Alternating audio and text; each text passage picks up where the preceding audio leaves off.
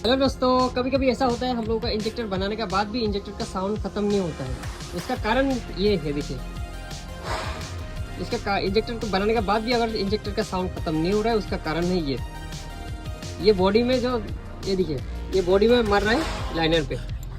आप देख सकते हो लाइनर मार खाया हुआ है, ठीक है। ये लाइनर देख सकते हो मार खाया हुआ है, उसके कारण आपका इंजेक्टर का साउंड खत्म नहीं होता है। कभी कभी सोचते हैं आप लोग इंजेक्टर खराब हो गया, इंजेक्टर चेक करना पड़ेगा, इंजेक्टर बनाना पड़ेगा। बनाने के बाद भी आपका इंजेक्टर साउंड जो है वो खत्म नहीं होता है, उसका कारण रहता है ये।